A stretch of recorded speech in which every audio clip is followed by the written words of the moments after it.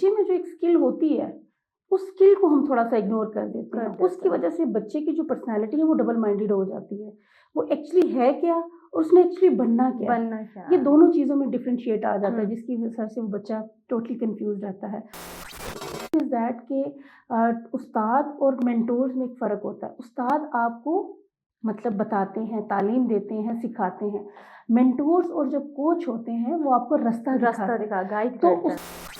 आपकी विशेज़ हैं कि फ़लाँ अगर डॉक्टर है, इंजीनियर है, तो आपने भी यही बनना है। उस बच्चे की जो एंटरप्रेन्योर जो उसके अंदर स्किल है उसको एनहांस करें, उसके ऊपर काम करें। तो मैंने तो इस चीज़ को समझती हूँ। तो हमारे नो डाउट हमारे गिलगित बल्तिस्तान के जो यूथ है, बच्चे हैं, बहुत काबिल हैं, बहुत टैलेंटेड है, नो डाउट इनका। बिस्मिल्लाहिर्रहमानिर्रहीम। अस्सलाम वालेकुम नाज़रीन, आप लोग देख रहे हैं लेपर्ड वीडियो और मैं हूं आपके मेज़बान हुसैना मुर्तज़ा। प्रोग्राम PGSUGB के एक नए एपिसोड में हम आप लोगों को खुशामदीद कहते हैं। आज के प्रोग्राम में हमारी मेहमान बनी है गिलगित बल्तिस्तान की जानी मानी पर्सनालिटी और गिलगित बल्तिस्तान की first motivational speaker Sumbul Sheikh, जो कि CEO हैं माइंडफुल मेंटोर्स की, जिन्होंने गिलगित बल्तिस्तान के यूथ के ऊपर बहुत सारा काम किया, उनके माइंड्स के ऊपर उन्होंने बहुत सारा काम किया है। और अगर हमारी यूथ के अंदर कोई चेंज हमें नज़र आती है तो मैं उसका क्रेडिट मैं सुंबुल शेख को देना चाहूँगी। तो सबसे पहले मैं आपको खुशामदीद कहती हूँ प्रोग्राम में। Thank you so much Husaina. हमेशा की तरह कोई भी मौका होता है तो आपकी कोशिश होती है कि बुलाएं, और ऑलरेडी आप और लेपर्ड मीडिया बहुत अच्छा काम कर रहे हैं। बिलखुसूस जो हमारा नया टैलेंट आता है उसको बहुत ज़्यादा आप लोग इनकरेज कर रहे हैं। मतलब थैंक्स। बिल्कुल, थैंक यू सो मच कि आप आई। अच्छा, तो मैम सबसे पहले मैं आपसे ये सवाल पूछना चाहूँगी कि ये जो आपके सफ़र की शुरुआत थी, जहाँ पर आज अल्हम्दुलिल्लाह आप जो है बहुत कामयाब हैं, आप जो है वो यूथ के ऊपर काम कर रही है, जो मोटिवेशनल स्पीकर बहुत सारे माइंड्स के ऊपर काम कर रही है, तो ये सफ़र कहाँ से शुरू हुआ और कितने चैलेंजेस का सामना करना पड़ा कि आज इतनी मजबूत सुंबुल शेख आज यहाँ खड़ी है? बिल्कुल, मोस्टली प्लेटफ़ॉर्म पे यही हम क्वेश्चन करते हैं बहुत से मेरे साथ जितने भी होस्ट हैं या मीडिया वाले। अच्छा, सफ़र मेरा ख़्याल है कि बहुत पुराना है। अभी तो मुझे इस इंडस्ट्री में तकरीबन 13-14 साल हो चुके हैं, लेकिन जब मैंने रीस्टार्ट किया अगेन एज़ ए कोच और ट्रेनर तो वो 2021 में दोबारा से एक लंबे गैप के बाद, कोई 15 साल गैप के बाद मैंने दोबारा स्टार्ट किया as a digital marketer, freelancer. तो यही थीम था कि हम पहले दूसरों के साथ काम कर रहे थे और एक वक़्त आता है कि जब आप अपनी आइडेंटिफ़िकेशन चाह रहे होते हैं और कुछ चीज़ों को आप अपने अंदाज़ में करना चाहते हैं। तो माइंडफुल मेंटोर्स का मैंने जो आगाज़ किया वो 2024 में मैंने किया। उससे पहले मैं डिफरेंट कंपनीज़ के साथ जो था एज़ ए मास्टर ट्रेनर काम कर रही थी। 2021 में भी मैंने एक हमारी हुई बात है कि प्रॉब्लम से हम सॉल्यूशंस की तरफ जाते हैं। तो माइंडफुल मेंटोर्स का भी थीम यही था कि मैंने जो एक गैप देखा that is related to communication, that is communication gap between their parents, और किसी भी रिलेशन में आपका वो गैप हो सकता है। तो मैंने फिर उन प्रॉब्लम्स और उन सॉल्यूशंस के ऊपर काम किया, और जो इसका थीम है वो भी इसी से रिलेटेड है। अच्छा। अब तक आपने जो है बहुत सारे सेशंस लिए हैं, स्कूल्स में आप जाती हैं, कॉलेजेस में आप जाती हैं, यूनिवर्सिटी में आप जाती हैं और वहाँ पर यूथ के साथ इंटरेक्ट करती है, तो आपको क्या नज़र आया कि गिलगित बल्तिस्तान के जो यूथ है उनके अंदर मोस्टली आपको कौन सी प्रॉब्लम ज़्यादा देखने को मिलती है जिसकी वजह से वो ग्रो नहीं कर पाते? बड़ा बहुत प्यारा क्वेश्चन किया, बल्कि हमें भी बिहाइंड द सीन भी यही बात कर रहे थे कि कुछ अर्सा पहले हमने यूनिवर्सिटी में एग्वेशन में हमने एक मेरा सेशन हुआ जो कि हमने ये लाइफ स्किल्स के ऊपर किया। तो हमारे नो डाउट हमारे गिलगित बल्तिस्तान के जो यूथ है, बच्चे हैं, बहुत काबिल हैं, बहुत टैलेंटेड है, नो डाउट इनका इसमें हम मुकाबला नहीं कर सकते। अगर हम 2023 और 24 को देखें तो आईटी इंडस्ट्री में गिलगित बल्तिस्तान ने पाकिस्तान ने टॉप किया और उसमें गिलगित बल्तिस्तान का नाम सर-ए-फ़हरिस्त था। तो ये सारी चीज़ों होने के बावजूद एक्चुअली कौन सा ऐसा गैप था जिसकी वजह से हम कम आ रहे, मतलब हमारी जो ग्रोथ थी वो कम है। तो वो इसी ट्रेनिंग में बताया गया कि 2.5 मिलियन जो था वो पाकिस्तान का जो रेवेन्यू जनरेट हो रहा था और 250 मिलियन वो इंडिया का आ रहा था, और जो गैप एक नज़र आ रहा था that is related to communication skills और आपकी जो सॉफ्ट स्किल होती हैं उससे। तो हमारे जो जब यहाँ के बच्चे जब डाउन में जाते हैं तो थोड़ा-सा इन चीज़ों में हमारा लैक हो जाता है, हम उस तरह से अपने आप को रिप्रेज़ेंट नहीं कर पाते। तो एक और जो यहाँ पे कॉन्सेप्ट है, मैंने जो फ़ील किया, मुझे बताया नहीं बल्कि मैंने जो फ़ील किया, हम एंटरप्रेन्योरशिप की तरफ नहीं जा रहे।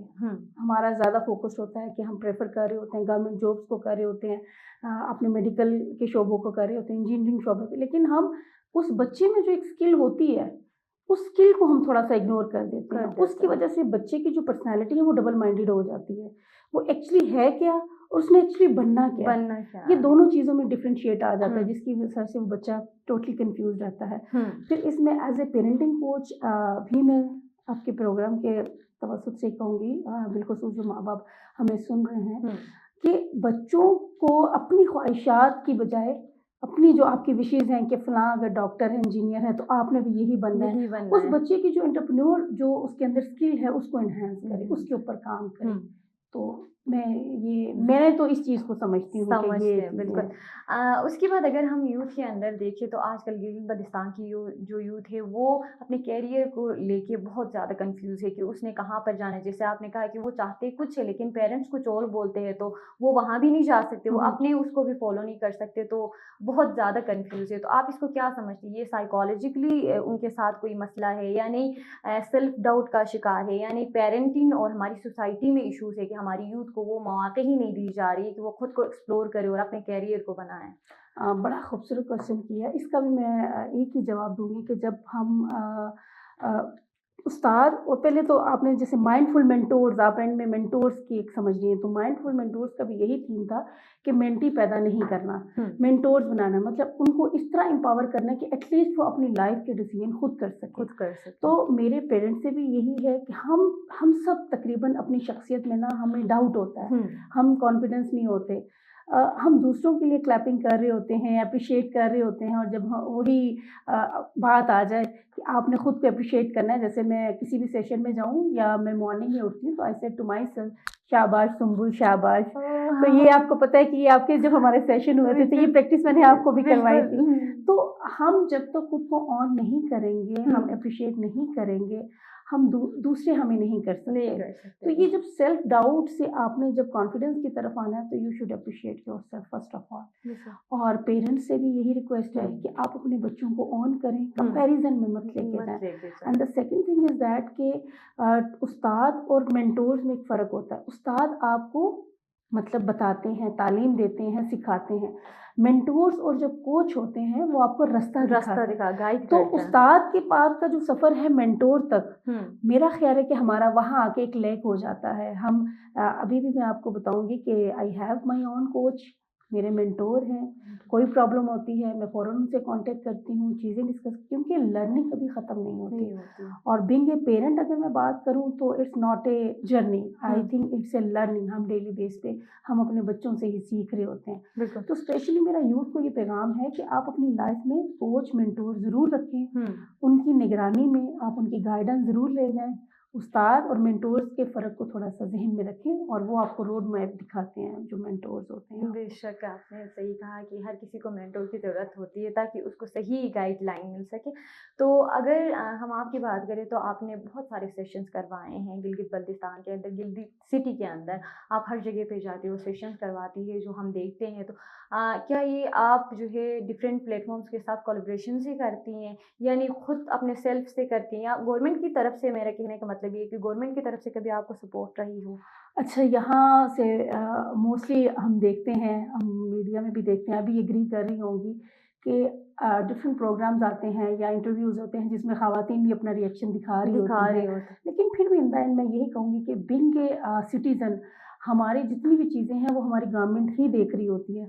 इस वक्त भी सोशल वेलफेयर डिपार्टमेंट का इदारा है, इसके अलावा जो नार्कोटिक्स है, जो कि ड्रग्स और टबैको के ऊपर काम कर रहे हैं, इनके साथ मैं इनकी परमानेंट स्पीकर हूँ और इनके साथ हम काम कर रहे हैं। सोशल वेलफेयर के साथ मैं एज ए पेरेंटिंग कोच उनके साथ काम कर रही हूँ, और वो आपको गाइडलाइन देते हैं, आपको बताते हैं।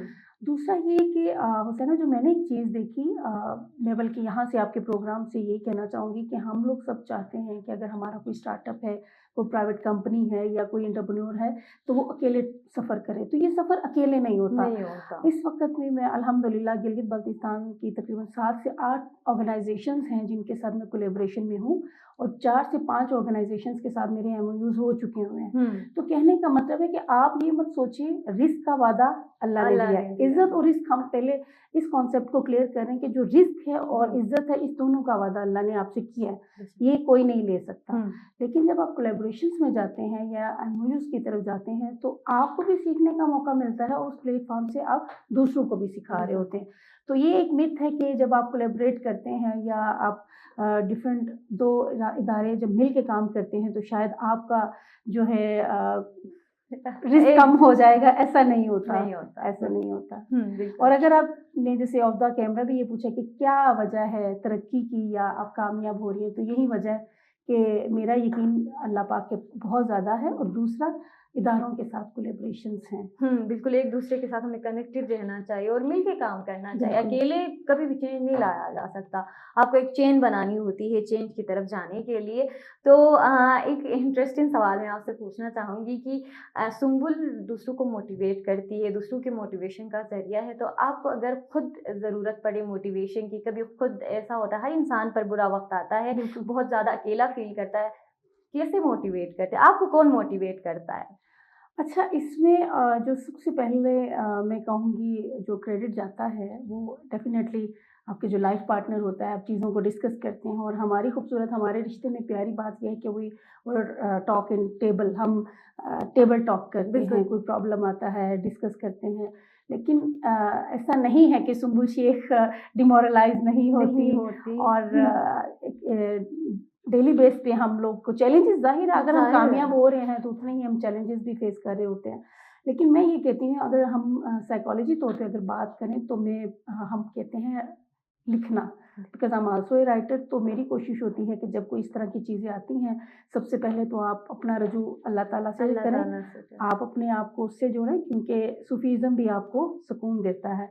दूसरा ये है जो मैं सबको कहती हूँ कि अपने कम्फ़र्ट ज़ोन से थोड़ा-सा बाहर निकलें, थोड़ा-सा कुछ लिखें, कुछ अपनी हैबिट्स बनाएँ, अपनी बनाए। लाइफ़स्टाइल चेंज करें, तो डेफ़िनेटली आप उस चीज़ से निकल आते हैं, निकल आते निकल हैं, आते हैं। बिल्कुल। अच्छा, तो आखिर में हमारी जो यूथ है, जो हमें देख रही है, जो पेरेंट्स स्पेशली देख रहे जी, हैं, जी। आपने बात की पेरेंट और जो चिल्ड्रंस हैं, उनके दरमियान जो है बहुत ज़्यादा गैप है, एज गैप बहुत ज़्यादा है, जिसकी वजह से पेरेंट जो है अपने बच्चों को समझ नहीं पाते हैं, बिल्कुल, और फिर जो बच्चे होते हैं, वो फिर या तो नशे में मुब्तला हो जाते हैं या फिर बिल्कुल, गलत रास्ते पे जाते हैं। बिल्कुल। तो क्या मैसेज देना चाहेंगी?